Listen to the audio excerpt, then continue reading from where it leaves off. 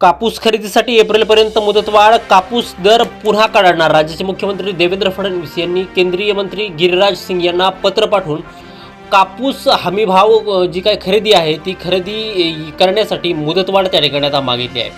शिवाय सध्याचे कापसाचे दर हे त्या ठिकाणी दबावत आहेत.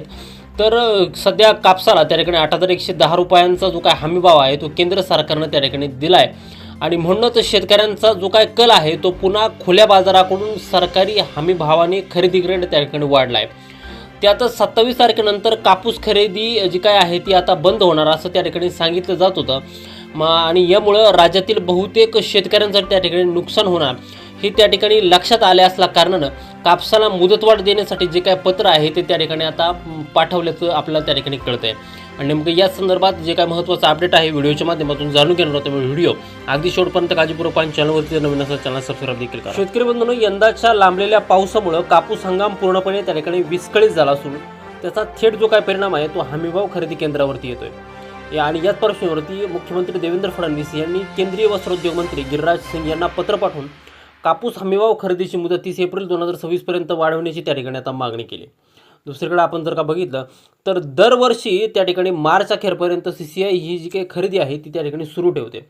परंतु यंदा 27 फेब्रुवारी हीच अंतिम मुदत देण्यात आली असल्या कारणानं शेतकऱ्यांना कमी कालावधीत विक्री करणं त्या ठिकाणी अवघड होतं. सध्या कापसाचा हा जो काय हमीभाव आहे सुमारे 8,000 रुपये प्रति क्विंटल त्या ठिकाणी जाहीर झाला असला तरी प्रत्यक्ष बाजारामध्ये 400 ते 500 रुपयांची घसरण झाल्याचे चित्र त्या ठिकाणी दिसून येते.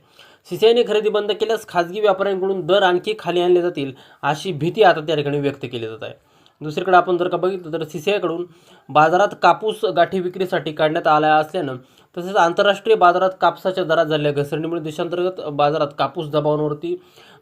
कापसाच्या बाजारभावावरती दबाव त्या ठिकाणी निर्माण झाला आहे. गेल्या आठवड्यात हमीभावाच्या वर जे घेत असलेला जो काय कापूस आहे तर तो त्या ठिकाणी आता जवळपास घसरून 8,000 रुपयापर्यंत आल्याची जी काही स्थिती आहे ती सध्या त्या ठिकाणी निर्माण झाली आहे.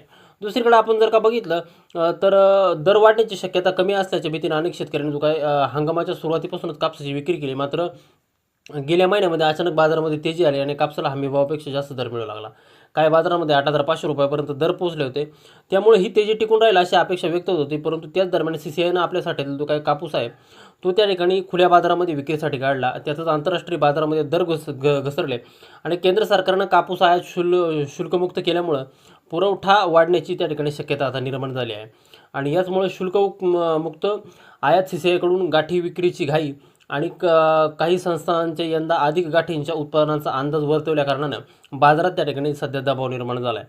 सध्याच्या स्थितीमध्ये शेतकऱ्यांनी घाई न करता बाजारपेठेचा अंदाज घेत टप्प्याटप्प्यानं जर का कापूस विक्री जर केली तर ती त्यांना अधिक त्या ठिकाणी फायदेशीर ठरू शकते.